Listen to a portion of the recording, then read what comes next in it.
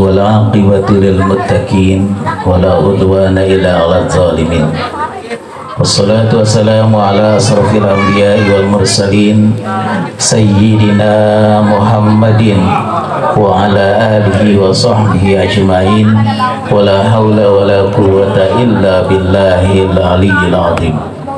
Amma ba'du.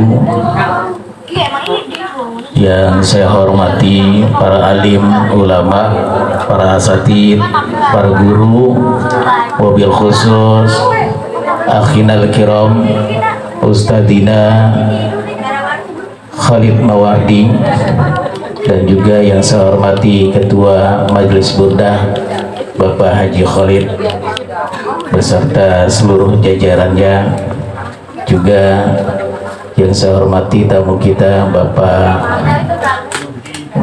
Bapak Yudi Wahyudin bisa berkumpul dengan kita di sini. Alhamdulillah, kita panjatkan puja dan puji syukur kehadirat Allah Subhanahu wa taala, karena dengan berkah nikmatnya pula kita masih dapat diberikan kesempatan oleh Allah Subhanahu wa taala, yaitu mengikuti Majelis Burdah Assalam Ranting NU Kelurahan Bungur, Kelurahan Galur, Kecamatan Johar Baru.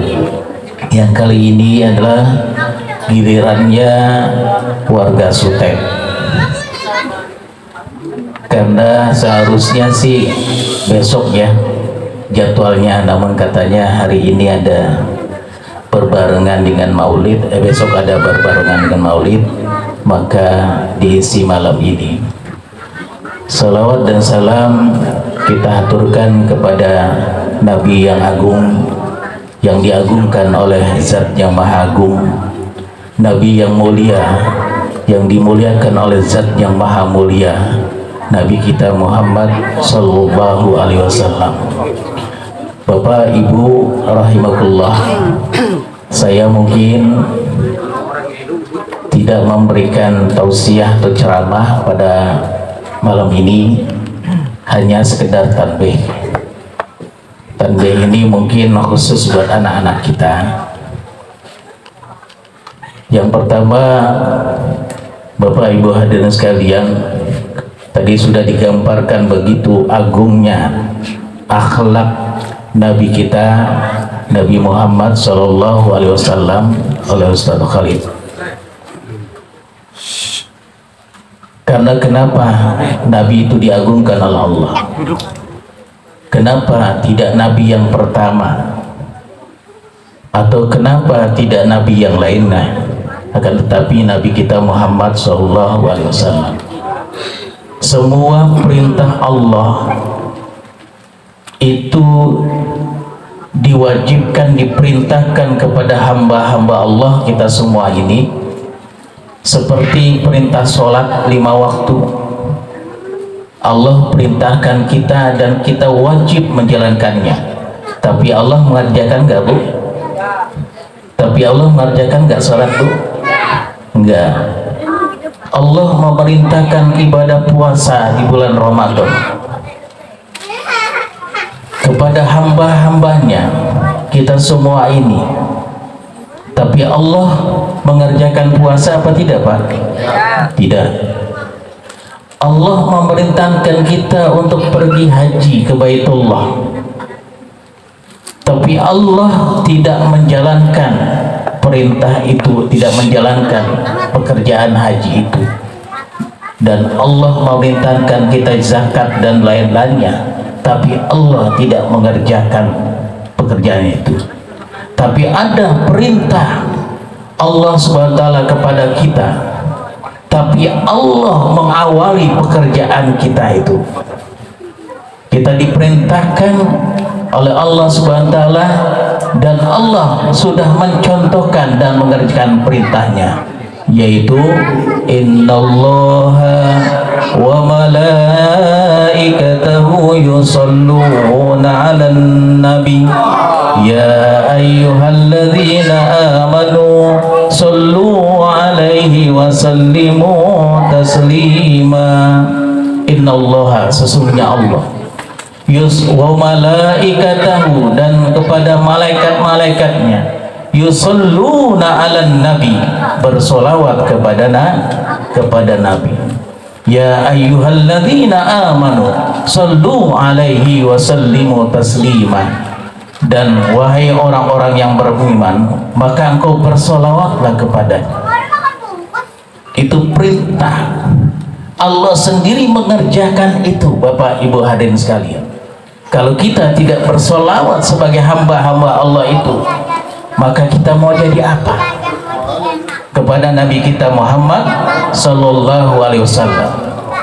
Keteladanan beliau luar biasa, akhlak beliau luar biasa, khuluqul azim, akhlak yang paling tinggi, akhlak yang wajib kita contoh.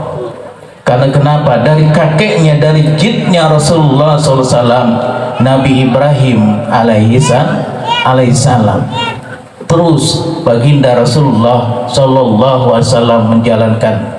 Karena keberhasilan agama kita diturunkan di dunia ini adalah semata-mata Rasulullah SAW itu berpesan.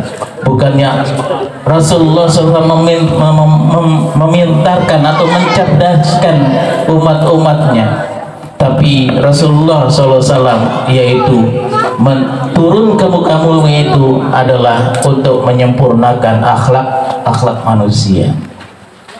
Bapak Ibu, saya sangat iris sekali kepada anak-anak kita ini yang disebut anak-anak milenial sekarang ini. Masya Allah, kenapa di mana saya ada, di tempat mana saya ada, nggak tahu kalau di Sutet ya, tapi saya di Sutet belum dengar. Kalau dia bicara dari anak kecil sampai orang dewasa, sekarang ini kalau dia berbicara dengan temannya pasti diakhiri dengan kata keji, diakhiri dengan kata yang tidak baik. Maaf ya, maaf. Kalau sedang ngomong dia begitu, entah ngomongnya apapun pasti di belakangnya terakhirnya anjing. Anak sekarang Pak, udah Pak, dia pasti itu. Kalau udah ngobrol, lu kemana? Udah dari dulu, dari tadi gua tungguin loh anjing. Kemarin bagus itu ceritanya, gue nonton ya anjing. Pasti kata-kata anjing nempel. Kadang lebih kecil lagi. Lebih kecil kata-kata itu. Masya Allah. Kita nih orang tua, ya Allah, bagaimana ini anak kita? Coba kata-kata akhirnya itu adalah kata-kata yang baik ya, itu kan dapat pahala kalau dibicara. Misalnya dari tadi saya tungguin kamu di mana, subhanallah, kan enak gitu Pak, enak gak dengarnya? Allahu Akbar, kan enak kalau diakhiri dengan kata-kata ini. Ini kata-kata yang terakhirnya pasti itu ada bunyi itu. Pernah dengar Bu? Pernah dengar? Sering. Masya Allah. Berarti di Sutet juga ada? Ada di Sutet? Oh iya. Saya juga nggak dengar di Sutet. Saya di Jepang benar. Banyak tuh di Jepang. Saya tuh setiap minggu tuh ke Jepang Bu. Ke Jepang Pak, setiap minggu saya. Jembatan Pelumpang di pasar ular ya, Pelumpang. Nah, ini yang saya prihatin ya, untuk anak-anak kita.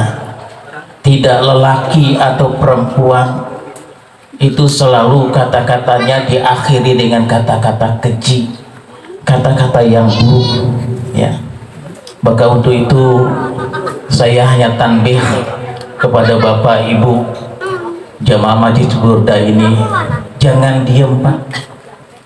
Kalau anak kita berbicaranya begitu di akhir dengan kata-kata itu, jangan diem, karena nanti terbiasa karena dibiasakan. Nanti ketika dia sudah dewasa, dia menikah, pasti kalau dia seorang istri, dia akan berani berkata sama suaminya di akhir itu. Kalau dia lelaki, dia akan berani sama istri, nanti akan dikatakan begitu. Udah otomatis begitu karena terbiasa dari kecil. Maka untuk itu paling tidak kita ini mengingatkan, kita ini marahi anak-anak kita. Ini terutama segini, ini sudah ngomongnya begitu. Yang pertama, mungkin kenapa anak-anak kita itu bisa ngomong begitu. Yang pertama jelas dari keluarganya dulu, dari keluarganya, masyarakat kecilnya. Keluarga itu adalah lingkungan masyarakat yang kecil. Orang tuanya begitu enggak, kakaknya itu begitu enggak, ya, ngomongannya dibawa enggak dari luar itu ke rumah. Yang kedua, yaitu dari lingkungannya. Dari lingkungannya kita bisa kadang-kadang di rumah kita bisa ajarkan anak-anak kita itu sesuatu yang baik, tapi yang kadang-kadang pengawasan kita cuma sampai rumah, dia itu bergaul, ya, akan dapat itu pergaulan itu, ya, ucapan-ucapan itu pasti akan terdengar dan akan dapat. Nah untuk itu mohon maaf kalau saya ini ada di Kramat Sentiong tuh, saya betul kalau terdengar itu siram. Saya nggak boleh nggak boleh main di depan saya. Saya siram tempatnya, bukannya anaknya. Saya disiram itu tempatnya. Kenapa Pak Ustadz kok tempatnya disiram? Karena saya menyiram kotoran di mulut kamu, nak. Mulut kamu nggak bersih, maka untuk itu saya siram, yaitu jangan sampai depan rumah Ustadz ini dapat kotoran. Ayolah, mainlah di sana kalau masih ngomong begini. Kita juga begitu seharusnya Pak. Ada yang nongkrong depan rumah kita, ngomongnya begitu, diusir. Ayo, jangan di sini. Jangan didiamin.